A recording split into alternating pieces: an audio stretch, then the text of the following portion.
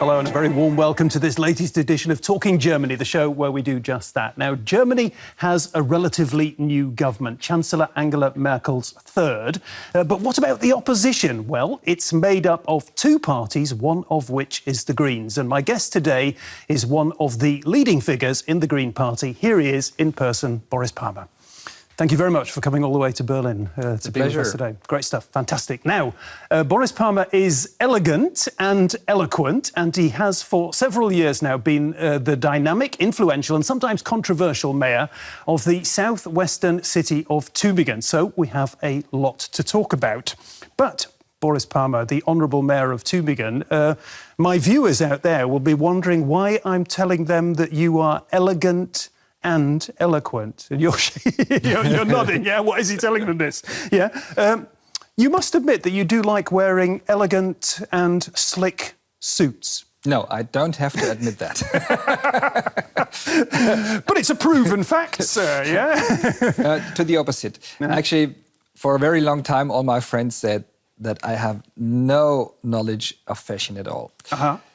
But there was clearly a change because you were listed in the German edition of GQ magazine very recently, right, as one of the best dressed men in Germany. Yeah, it's a joke, really. I think it's not a joke. But still, they have chosen me to be one of the best dressed men in Germany. Uh-huh. And of course, being a mayor, I had to change some things. I got some suits and I wear ties at very important events. Only very important events. And somehow I have managed to dress a way that they like. Okay. What do your other Green colleagues say about this? Because the Greens have got an image, especially internationally, right, of wearing sort of woolen pullovers and having tousled long hair and Birkenstock sandals and all this. That's a long time ago? Long time ago. That's only a picture that you can recreate because it's 20 years ago at least. Okay. You are the mayor, to go on to more serious stuff, you are the mayor of the southwestern city of Tübingen. I've been in Germany an awful long time and I'm very well travelled in Germany, but I have to admit that I've never, ever been to Tübingen. And many of our viewers won't have been there either. You should come. I should go, yeah, I know. Tell me why. Especially because it's a wonderful atmosphere. All the young people, the university, a very dynamic atmosphere. So you have people all around the squares and the streets. And also we have that wonderful medieval town that has not been hit during World War II. Oh, yeah. And for that reason, it's also really German. OK, it's a special place. It's a very German place. And you are the mayor. Before we get going a little bit, I need one or two facts from you, yeah? How many Green mayors are there in Germany? In Germany, I guess there should be about a dozen. A dozen? About a dozen. Yeah. And in our state, there are three. That's Freiburg, Stuttgart and Tübingen.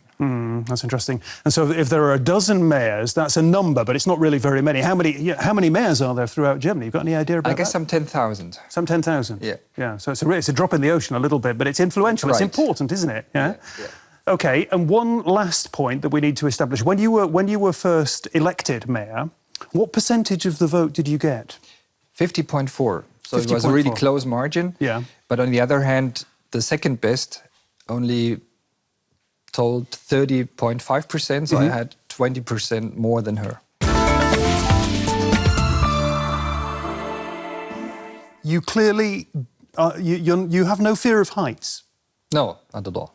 I do. Yeah, you wouldn't get me up one of those chimneys. I'm quite brave. I mean, I go walking in the mountains and all that kind of thing, but I would not go up a chimney. I wanted to invite you to visit our church because there's a wonderful view from up there. But you have to climb up the outside of it, or what? No, inside, of OK, course. I'll go up it. When I come to Tübingen, I'll go up the church, yeah? Talking of Tübingen, when you were 11 years old, you were out there working on the market. That's with right. your dad, yeah? That's right. Was that a tough experience or a character-forming experience, or both? Both, I guess. Yeah? It was tough, but it was fun as well. And actually, at this age, I already had a view of the town hall because the marketplace, of course, is exactly located where the town hall is. And I sold to people salad and strawberries watching the town hall. at the age of 10. And now you're going to tell me that you used to look up at the town hall and think, I, as a Green politician, am going to be the mayor of Tübingen. No, I didn't think that. You didn't but think my father tried to get inside and become the mayor at that time already. So exactly. Your father. I knew what it was all about. I mean, we were laughing because of that, the episode with your father, Helmut Kohl, Helmut Schmidt, Helmut Palmer. Yeah, he was clearly a character, Yes, of course. And my impression was, I have to say, very often these days when people in politics get angry, people say that's totally unacceptable. You shouldn't be getting angry about things. You should be very rational. Your father was clearly an angry activist. Why was he so angry? He was a rebel. So he had a Jewish father, and he realized that all the old fascists, all the old Nazis were back to power in the 50s. And that was the starting of his political activism. And he did something that was unprecedented. He started to stand for the mayor's office in almost any city in the near neighborhoods. So he tried that in 250 cities and became very famous because of that. Yeah. And also, in some cases, he tried to really win the race. But in many cases, he knew he didn't have a chance. And for that reason, he pushed forward ideas. And that was something that was really special to him and made him famous in the state. It's an interesting fact that you just mentioned about his father, who in turn is clearly your grandfather. Right. What was his story then? Well, he had to leave the country in 1938, and he died in the United States in the 50s. Really? Yeah. That's a sad, sad tale. So my father never knew him. Your father He never knew saw him, and you never knew him, of No, course. of course not. Of course not. Tell me about your father's relationship to you. He died in 2004, yeah? And he saw what you had become or what you had begun to become. Did he see that as a continuation of his activism, or did he see it as something different? No, actually, it was even more than a continuation. He told people when I had been elected for the first time to be a member of the Baden-Württemberg State Parliament, that he now had his personal member of parliament. Great stuff, yeah? But before you became elected to Parliament, you had joined the Green Party, yeah, already, yeah? In 1996. OK, so relatively early days, yeah? What was it about the Green Party that attracted you? Simply one idea, to protect the environment. To protect the environment? Yes. Yeah. And what did you see at that time as the threat to the environment? I read the report to the Club of Rome, The Borders of Growth, The Limits of Growth, and that totally convinced me. So I really started... Just share with our viewers a little bit about what that was all about. Right. I really started with politics with the idea that we are overstretching the natural resources, so that we will exploit the planet, that we will ruin the planet, and that we might see the end of our civilization within a century. And that, of course, I wanted to prevent that from happening. OK, that's a pretty dramatic sort of vision that you had of how the future could evolve. Right. Have things got better or worse since then? Both. Unfortunately, both. On the one hand, we see that we can adapt to the problems much better than they thought 40 years ago. On the other side, we don't use the time we gain to improve, but we worsen things. For example, carbon dioxide emissions have doubled within 15 years, and they will double within the next 15 or 20 years, and that will certainly end in dramatic problems globally. People look to Germany, when they hear people like you saying what you've just said, people look to Germany as one of the countries that might help to find solutions to the problems we face. People look to Germany and view Germany as a green country. That's been a long tradition. When I go abroad and I come from Germany, people always say to me, tell me about green Germany. But I wonder to an extent, is Germany at this point in time, would you describe Germany as a green country? Is that a fair description? No, but compared to compared to most other countries, we are greener, and that is to be in a leading position. And I think that we need such role models, what we call Energiewende. So the switch from fossil and nuclear to renewables. That is something that could be a blueprint, and that we could use worldwide to get rid of that old-fashioned model of industry. And I think that is very important. If you're going to make these changes, we'll talk about the Energiewende, this massive transition, this revolutionary transition here in Germany in a couple of minutes. But if you're going to change things, if you're going to change things here in Germany, if you're going to change things anywhere in the world, you need to be in power. And there's sometimes been a reluctance on the part of the Greens to strive for power, to be in power. How does it feel to you to actually exercise power? How comfortable are you about that? I'm very comfortable because it is a great position in our constitution. The mayor has options in almost any fields. So communities are very strong in Germany, and therefore you have many fields of influence.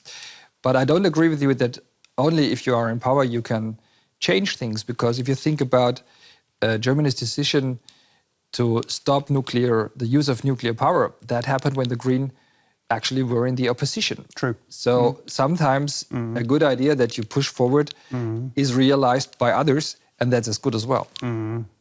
So it's a balance between what actually comes out at the bottom end in politics is a balance between activism outside power and power That's in right. politics. Yeah, okay. Before we talk about Tübingen specifically, I'd like to talk about something that you just mentioned in passing a wee little bit, just because it's very interesting in the way that Germany compares with other countries. You said that you, as a mayor of what is a medium-sized town, you have real power, you have real prerogatives. Can you describe what you can do, you know, what you can realise? Yeah? Especially in the southwest of Germany, for a very, very long time, at least 200 years, mayors have been very powerful. So I am elected directly by the people. That is a part of my power because I have that support. Yeah.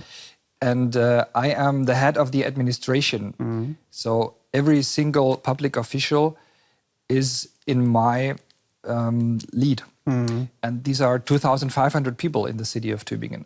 Also, I am the head of the boards of the local companies, like the power utility. Okay. And we have a housing utility. And the whole thing together is a budget of about 500 million euros per year. Oh, that's substantial. That's a lot. That's a lot. That's a big company. Yeah. And I'm also the head of council. So I'm the first representative of the town and also the head of the administration. And these two positions together in one person, that makes the position really powerful. That's interesting. And when we talk about the Greens in Tübingen, my impression, because we got some real insights into how the Greens sort of perceive themselves and how they live in Tübingen, my impression is that Greens are people who are well off, have a good income, well situated, and like to spend an awful lot of time with other Greens.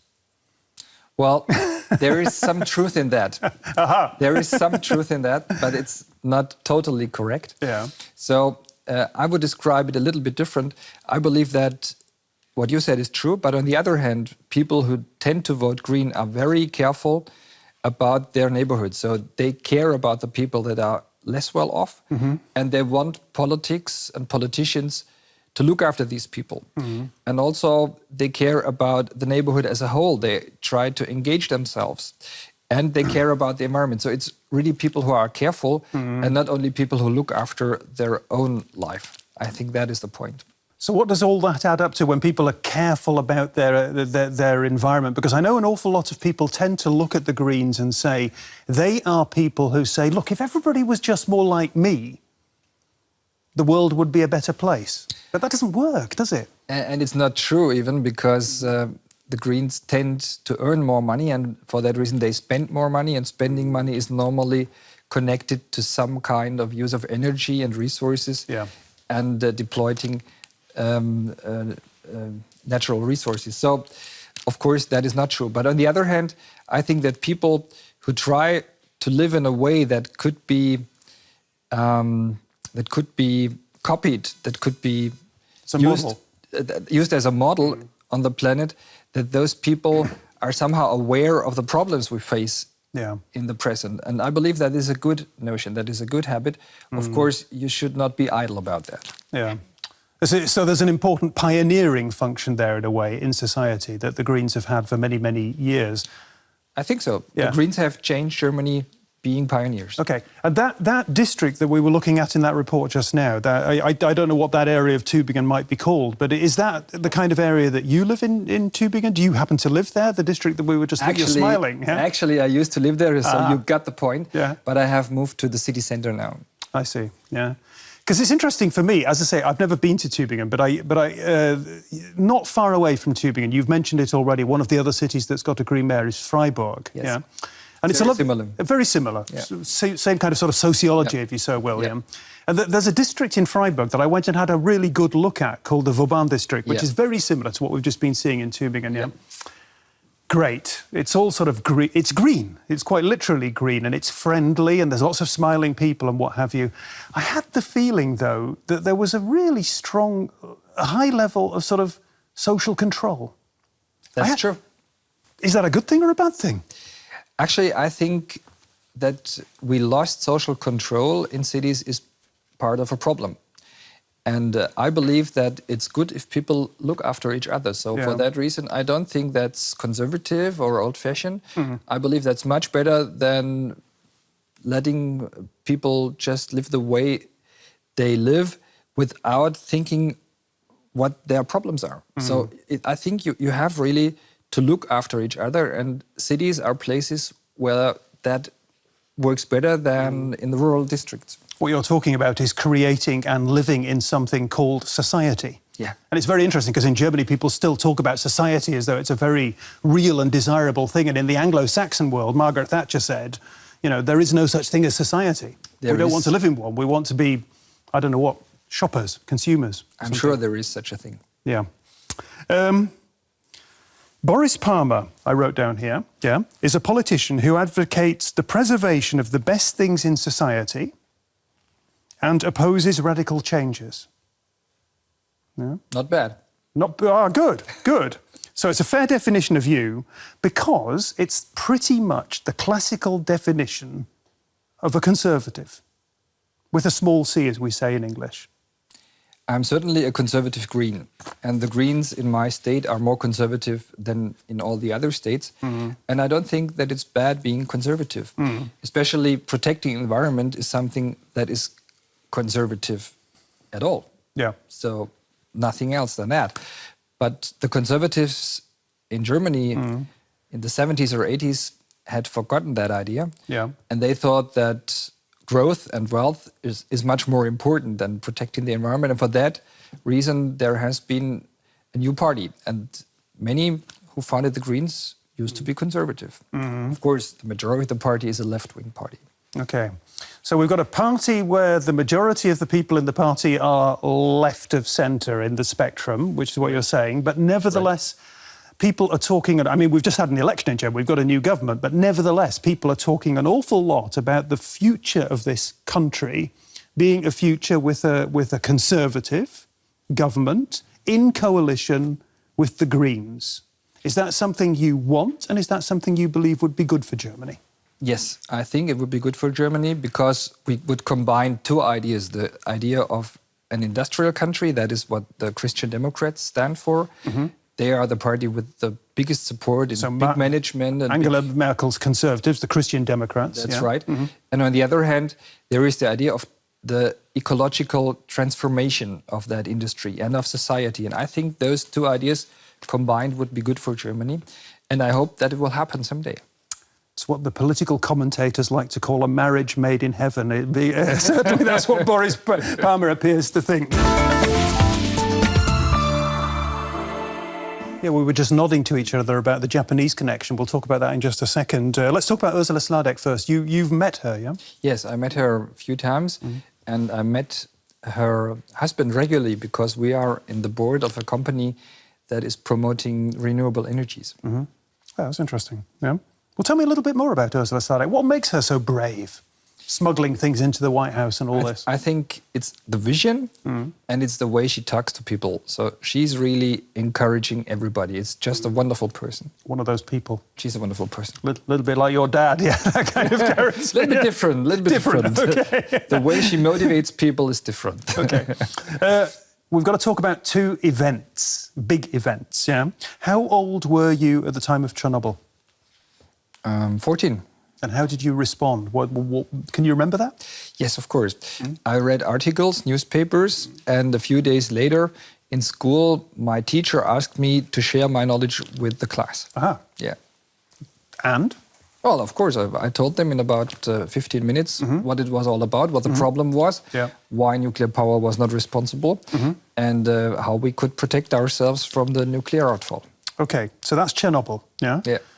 Many years later, Fukushima. Yeah, what did that mean to you? Fukushima was the turning point in Germany's energy policy, and everybody realized we can't go on anymore. So it was really a period when I thought, now it's really starting. Now we have to start to change everything. Did you think that on that day when we, Yes. it was a terrible, I was in a newsroom and I was watching, the tidal wave come in and all this kind of stuff, yeah? And you were thinking that already? I was thinking that because that was proof that even in Japan, which is as modern as Germany is, it could happen. Yeah. And until that day, everybody thought, many people who argued for nuclear power thought that could only happen in Russia and other states that are almost failing. But now it happened in Japan. So if it happens in Japan, it can happen everywhere. And one thing that people often say in modern politics is that there's no leadership like there used to be in the good old days, whenever the good old days were. And in Germany, it's something you hear very often as well. We don't have proper leadership, despite the fact that Angela Merkel internationally is viewed as quite a sort of a substantial leader. She was certainly a leader on this one. I mean, she said pretty much overnight, that's it. Absolutely. Yeah, the number is up with nuclear energy. Did you admire her for that? Or did you sort of grit your teeth and think, no, she's stealing our policy there a little bit? No, not at all. Not at all. Not at all. That would be stupid. If you accuse people to steal your policy and you want to keep bad circumstances just for the sake of better votings, I think that's no good. No, I was really happy about that decision. And I was more thinking about what can we make out of that now, for example, in the town. And I have to tell you, we had created, a few years before, we had created a green electricity offered to our customers in the city from the locally owned power utility. And within 8 weeks, we almost doubled the number of people who wanted those contracts. So it was good to have the offer, it was good to campaign for that, and we even made money out of that idea, of green ideas. Well, it's interesting what you're saying, and obviously that's important, that's relevant, and that's significant, and it's real, but if we've agreed that Germany is a green country, why are your party called the Greens somewhere down sort of south of 10%? Because of mistakes. We could be much better. 2 years ago, we polled some 20%, and I believe that we did have a chance to stay up there. But unfortunately, parts of my party, the left-wing people in the party, really thought that's a threat because that would change the party, that would reduce their power within the party, because other people would come in. And for that reason, they have formed a program in the 2013 election that really appalled many people and that reduced our results. Okay.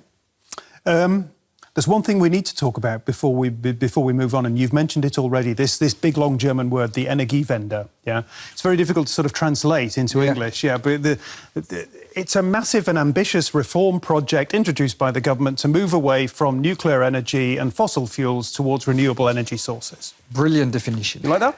Yeah. Yeah. Good. I'm happy about that. That I've learned that so well. Yeah. It's been called Germany's green gamble in some of the international media. You're nodding. It is a gamble, yeah? Is it going to work? Because it's important. We've heard in that report, that's where we started just now, this book. It's important for people in Germany. It's important for people in Japan because they'll be looking very closely. Can these Germans crack it? Yeah? It could work economically and technically. What we don't know is whether it will work politically. So that is really the crucial point. Because it's going to make energy more expensive and people are going to have to pay more for energy. That's economically, and I believe that can be solved soundly. Now, the problem is whether we create a framework where the new technologies, the renewables, can work in. And at the moment, it's frauded by many interests, especially from big companies that are still living in the old world. And if you have the wrong framework, even that project could fail. So it really is a gamble, but it's a political question. It's not a technical question and it's not an economic question.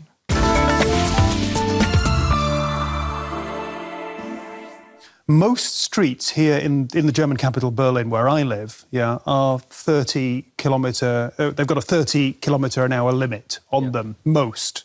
And in fact, 3/4, according to the report, And my guess is that you would want to see all streets to have a 30 limit. Is that right? In the long run, yes. I believe that it's better in cities, especially where people live. I do think that some highways, of course, can have a higher speed limit, but where people live, 30 is the right. And when you talk about that's where people live, what's your main argument? Are you arguing emissions, or are you arguing noise, or are you arguing safety, or...? All of them. Do you understand that the car industry, which is so very, very important here in Germany, doesn't share your enthusiasm for this project? Well, they don't need to be enthusiastic, but on the other hand, the average speed in cities is about 20 or 25 kilometers anyway, so the speed limit doesn't really reduce the real speed in town. It's just what you feel it is like, and I don't think that is so important. It's very pragmatic, really, the solution that you're offering. It's very sort of realistic, I'm sure you would say. Do you, I mean, you come from a part of the world, Baden-Württemberg, where cars are very much a part of sort of people's lives and people's work. One thing that I must say, I'm often disappointed by the fact that like every normal person, I watch my evening news and there are car shows where all the big German manufacturers, they put out green cars, they drive onto the stage and there's a fanfare and all this kind of stuff, and they tell me that at some stage this is going to go to market or change my life or something. It never happens. Yeah? Why is that? Well, it's still difficult. There's a lot of technology to be invented. It's expensive, and for that reason, these cars exist, but only very few are sold. I think that's going to change, and I think it's important for the German car industry to be ahead of others. So they need to be greener than others to sell their products in 10 or 15 years. And do you, because these guys they're around the corner from where you are, they're in Stuttgart, which is just up the road or wherever, yeah? Do you actually, because I mean, you're influential, you're an important player in Baden-Württemberg, do you actually meet with them? Do you, yes, of course, eye to eye and talk to them? Yes, they invited me several times and they wanted to know my views on their products, and I think that's a good thing, because customers like me who are interested in ecologically sound products will become more. That's what I'm really sure about. And you come away thinking that they haven't sort of sold you a story? You think, yeah, change is just around the corner? I think that... What is that change going to look like? I mean, I suppose that's the question. We're running out of time, but I'd really like to know what, the bright future looks like. You will see cars that are much more energy efficient than those that are on the roads. Much more energy efficient? Yeah. How do you get around the country these days? You don't have a car? I don't have a car, normally by plane, if it's a long distance, and by train, if it's a shorter distance, by bike, if it's in the city. The Greens have been in power. The Greens have actually been in power in central government here in Germany and have been very influential around the country and have a pioneering role in the debate around transport policy. I personally have been disappointed about how you talk about the railway system in Germany. It's continued to get more and more and more expensive, and it's a system that is there to sort of make money, possibly go stock market. I don't know what. I'm always disappointed about that. Well, can you not get something done for me? I'm disappointed about that as well, but we never had a German transportation minister from the Greens. I'd like to see that one day. I'd like to see that as well. That might be a very interesting exercise, yeah?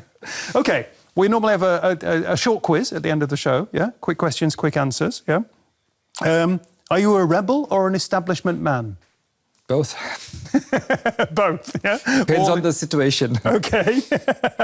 We talked about your look at the beginning of the show. Do you prefer a business suit or cycling lycra? Cycling, of course. I thought you were going to say that, yeah. Principles or compromises? Both. You can't have one. That's a compromise. Okay. We're going to leave it there. I'm getting a sign. Yeah, that's your lot with the eloquent and elegant Boris Palmer. There's more Talking Germany, including my blog and our archive on the website. And you might also like to watch the German version of the show, Typisch Deutsch, with Hayo Schumacher. For now, tschüss. Bye-bye. Come back next week.